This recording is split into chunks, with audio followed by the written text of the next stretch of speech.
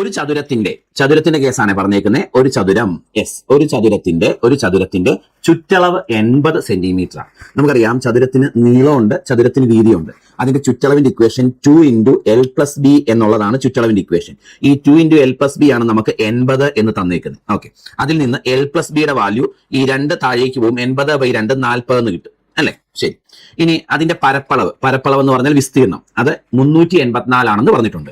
പരപ്പളവ് എന്ന് പറഞ്ഞാൽ L × B ആണ്, നീളം ഗുണം വീതിയാണ് ചതുരത്തിന്റെ പരപ്പളവിന്റെ ഇക്വേഷൻ, ഏരിയയുടെ.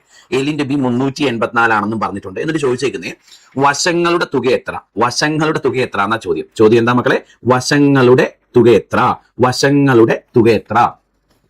വശങ്ങളുടെ തുക എത്രയാണെന്ന് ഓൾറെഡി നമ്മൾ കണ്ടുപിടിച്ചു.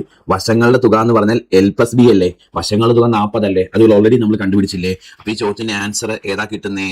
ഓപ്ഷൻ എ ആ കിട്ടുന്നത് 40. ചെയ്തത് ക്ലിയർ ആണോ? ഇത് ഒരു സിമ്പിൾ ചോദ്യമായിരുന്നു. ചുറ്റളവ് 80 ആണെന്ന് തന്നിട്ടുണ്ട്. ചുറ്റളവ് എന്ന് പറഞ്ഞാൽ 2 × L + B ആണ് 80. അപ്പൊ അതിന് L + B 40 എന്ന് കിട്ടും. ഇവര് വശങ്ങളുടെ തുകയെ ചോദിച്ചേക്കുന്നത് അല്ലെ? വശങ്ങളുടെ തുക L + B അല്ലേ? അത് 40 എന്ന ആൻസർ കിട്ടും. ആകെ വശങ്ങളുടെ തുകയല്ലല്ലോ, വശങ്ങളുടെ തുകയല്ലേ മാത്രം ചോദിച്ചിട്ടുള്ളൂ അല്ലെ? വശങ്ങളുടെ തുക മാത്രമായതുകൊണ്ട് L + B 40 എന്നങ്ങ് എടുക്കാം.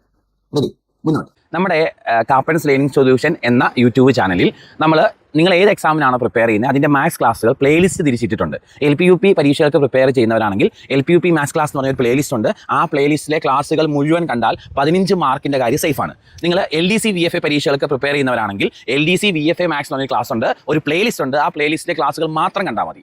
നിങ്ങൾ ഡിഗ്രി ലെവൽ പരീക്ഷകൾക്ക് പ്രിപ്പയർ ചെയ്യുന്നവരാണെങ്കിൽ ഡിഗ്രി ലെവൽ മാത്സ് എന്ന് പറഞ്ഞൊരു പ്ലേലിസ്റ്റ് നമ്മുടെ യൂട്യൂബ് ചാനലുണ്ട്. നമ്മുടെ യൂട്യൂബ് ചാനൽ എന്ന് പറഞ്ഞാൽ കാപ്പൻസ് ലേണിംഗ് സൊല്യൂഷൻ. അതിൽ പ്ലേലിസ്റ്റ് എടുത്ത് നോക്കി ആ പ്ലേലിസ്റ്റിലെ ക്ലാസ്സുകൾ ഓർഡറായിട്ട് മാത്രം കണ്ടാൽ മതി. ഇടം വലം തിരികണ്ട, മുഴുവൻ മാർക്ക് കിട്ടിയിരിക്കും. ഇനി നിങ്ങൾ LGS കമ്പനി ബോർഡ് LGS പരീക്ഷകൾക്ക് പ്രിപ്പയർ ചെയ്യുന്നവരാണെങ്കിൽ കമ്പനി ബോർഡ് LGSന്റെ ഒരു പ്ലേലിസ്റ്റ് കിടപ്പുണ്ട്. ആ പ്ലേലിസ്റ്റിലെ ക്ലാസ്സുകൾ മാത്രം കാണുക, മുഴുവൻ മാർക്ക് മേടിക്കുക, 20 മാർക്ക് മേടിക്കുക. ഇനി കോപ്പറേറ്റീവ് ബാങ്ക് പരീക്ഷകൾക്ക് പ്രിപ്പയർ ചെയ്യുന്നവർക്ക് വേണ്ടി കോപ്പറേറ്റീവ് ബാങ്കിന്റെ ഒരു പ്ലേലിസ്റ്റും, റെയിൽവേയുടെ RRB അല്ലെങ്കിൽ ഗ്രൂപ്പ് ഡി പരീക്ഷകൾക്ക് പ്രിപ്പയർ ചെയ്യുന്നവർക്ക് വേണ്ടി അതിന്റെ ഒരു പ്ലേലിസ്റ്റും നമ്മുടെ ചാനലിൽ കാപ്പൻ ലേണിംഗ് സൊല്യൂഷൻ ചാനലിൽ അവൈലബിൾ ആണ്.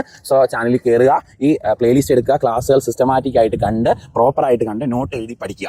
ഇനി നമുക്ക് ജോസ് കാപ്പൻ JOSCKAPPEN എന്ന പേരിൽ ഒരു ടെലഗ്രാം ചാനലുണ്ട്. നമ്മൾ യൂട്യൂബിൽ ഇടുന്ന വീഡിയോസ് മിസ്സാവാതിരിക്കാൻ, കറക്റ്റ് ക്ലാസ്സുകൾ കിട്ടണമെങ്കിൽ ആ ചാനലിൽ ജോയിൻ ചെയ്യുന്ന കാര്യം മറക്കാതിരിക്കുക. അതിൻ്റെ ഒരു ഡിസ്കഷൻ ഗ്രൂപ്പ് ഉണ്ട്, അതിൻ്റെ പേര് കാപ്പൻസ് ചാറ്റ് എന്നാണ്. അതിൽ ജോയിൻ ചെയ്താൽ നിങ്ങൾക്ക് എന്തെങ്കിലും കമ്മ്യൂണിക്കേഷനോ ഡൗട്ടുകളോ ഉണ്ടെങ്കിൽ ക്ലിയർ ചെയ്യാൻ നിങ്ങൾക്ക് ഉപയോഗിക്കാവുന്നതാണ്. ഇത്രയും കാര്യങ്ങളാണ് വേഗം പറയാനുള്ളത്. മനസ്സിലായെന്ന് വിചാരിക്കുന്നു. Thank you, Tata.